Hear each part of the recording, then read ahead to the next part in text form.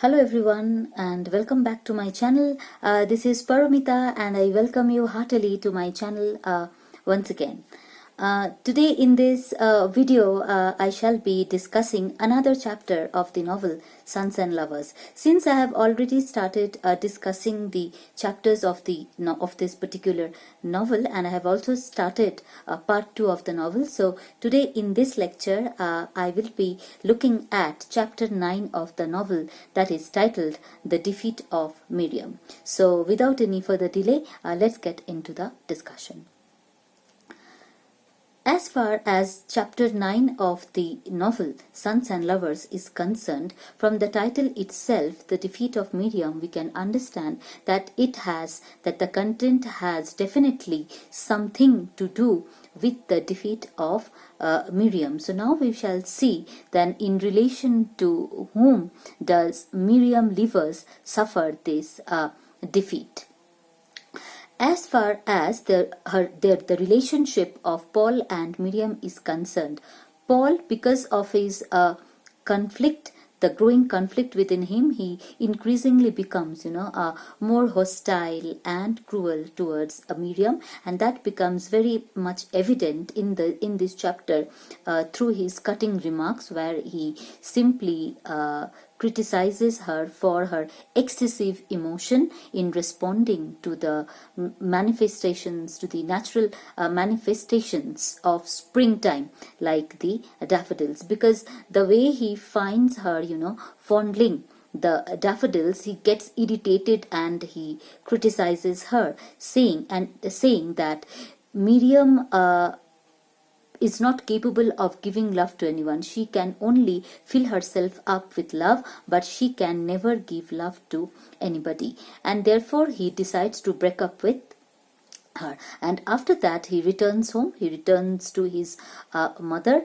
And as far as Mrs. Morel is concerned, when she learns that Paul has been spending time with Miriam, of course, she does not like it. She doesn't like it, and it hurts her at the same time that Paul has been spending time with Miriam.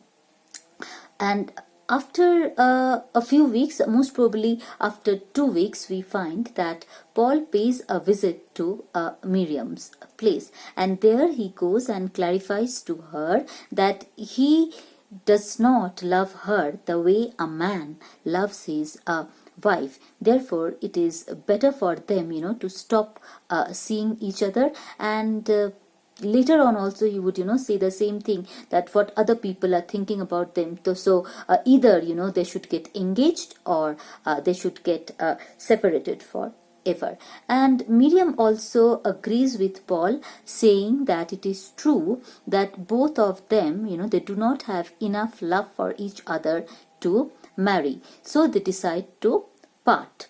And then in the month of May, we find Miriam.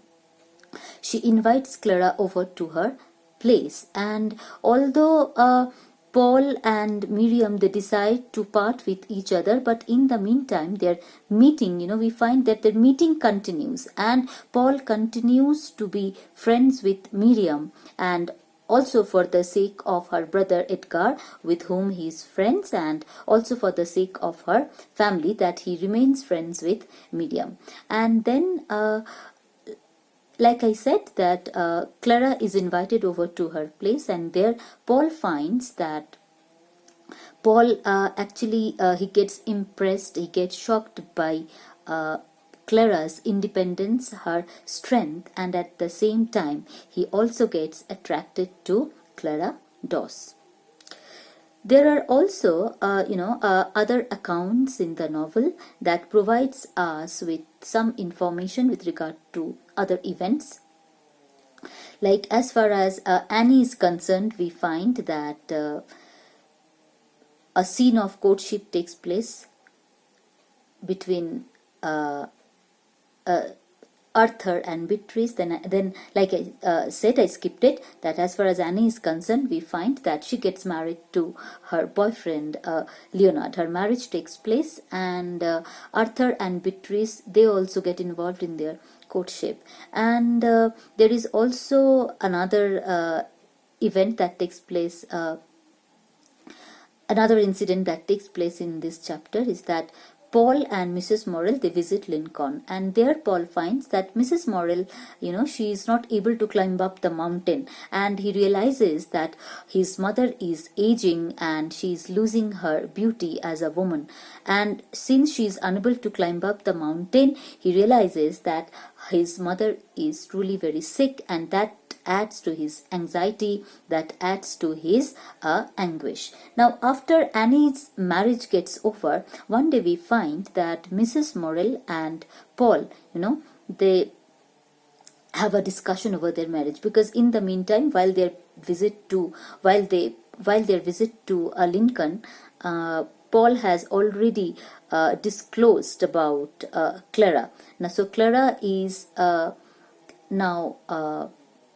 Clara is an elderly woman. She's older than Paul, and then at present Paul has also grown up, and Mrs. Morrill feels that now it is time for her son, to fall in love with someone. However, when the discussion takes place between them with regard to his marriage, Paul simply declines and says that he's never going to marry anyone. Why? Because he says that I will live with you. So that makes it clear to Mrs. Morrill that Paul is completely reluctant to get married to any other woman. And as readers, we also understand that how much he has got attached to his mother. So therefore, the relationship turns out to be very intoxicating one for Paul, that makes him decide not to marry anyone. And then Arthur is also mentioned, that as the chapter opens, we find that Arthur wants to wants to get out of the army, and in this chapter we find that Mrs. Morrill, with the help of her money, extricates him from the army, and Arthur is overjoyed at this. Now if we look at Miriam and her reaction, so we find that one day in the field, Clara, Miriam and Paul, we find not Miriam but Clara, Paul and Edgar, we find that they simply jump about, or they simply jump about over hay in a field, and they simply enjoy each other companies. In fact, they completely behave like children, and that makes Miriam, feel jealous of Clara, having seen her enjoying the company of Paul, and at the same time she begins to feel that she represents, the higher aspects of Paul's love, while she represents the lesser, and therefore she decides to put Paul to a test in order to figure out how he reacts to Clara. And then the way these people, they were playing about in the field, it also makes Miriam feel tormented, because she feels that Paul is actually being disloyal to himself, to his actual self. He is being unfaithful to himself, and therefore the way he's acting, it appears to be very frivolous, it appears to be very petty.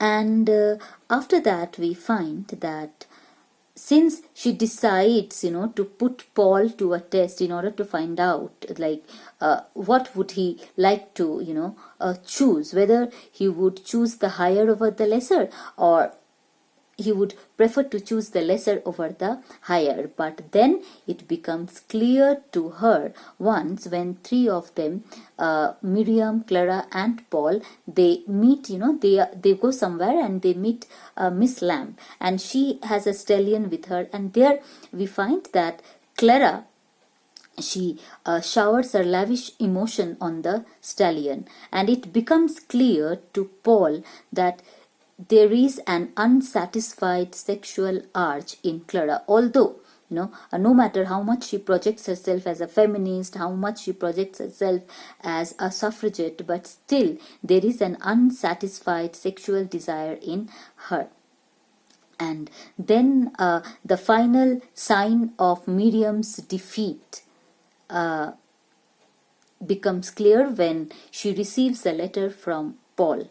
And the language of the letter is although it appears to be too pretentiously adolescent, and therefore it also makes readers, it also makes us skeptical about the content. But basically the theme of the letter is body versus spirit, which is in tune with the nature of the relationship of Paul and Miriam. And in that letter, he simply writes that he actually, addresses her as a nun, and says that there is spirituality in their relationship, but there is complete lack of sensuality. And it is this sensuality that is required, and that is something that Paul longs for. And what makes Paul criticize or become critical of Miriam, the way she caresses or strokes the daffodils, is that she being unable to have a physical relationship with Paul simply showers her sensuality on flowers. And this is what angers Paul, because he wants that sensuality to be directed towards him, which Miriam is not able to do. Therefore, it acts as a barrier between them, and it makes Paul, cruel towards her. It makes Paul criticize her at the same time. So, as far as their relationship is concerned, that something is lacking in the relationship of Paul and Miriam, it becomes this fact becomes more prominent when we come across the playful nature of the relationship that Arthur and Beatrice, they share with each other. Now, there is a scene of courtship where we find that Arthur and Beatrice, they tease each other playfully, and they simply, in a very frank manner, they enjoy their sexual contact. And this stands in sharp contrast to the relationship of Paul and to the relationship of Paul and Miriam, because it is this spontaneity, this natural disposition that is completely lacking in their relationship. So therefore, it is left to the readers, to discriminate, or to judge these two relationships by making a comparison to each other. And it also becomes clear that the defeat of Miriam, results because of that, because of that lack in their relationship, something that Paul longs for, and therefore it results in her defeat and acts as a rift between both of them. So the title of the chapter, The Defeat of Miriam, therefore it stands quite justified, taking into account Paul's attraction towards Clara, because later on we'll find that Paul would get involved with Clara Dawes, but still there is a part in this chapter where we find that Paul, although he tries to keep himself away from Miriam, although he tries his best to keep himself away from Miriam, but still he cannot do that. He cannot stop meeting her, and that tells us that there is still, and there is still a need of some connection in Paul's life, and therefore that need is fulfilled by Miriam's presence. Although they decide to part from each other, but still they continue to they continue to meet each other. And it is more relevant with regard to Paul, because no matter how much he tries, he cannot keep himself away from Miriam. And although later on, after breaking up with Miriam, he turns to Mrs. Morrill for love, but still something would be missing in his life that would make him come back to Miriam over and over again.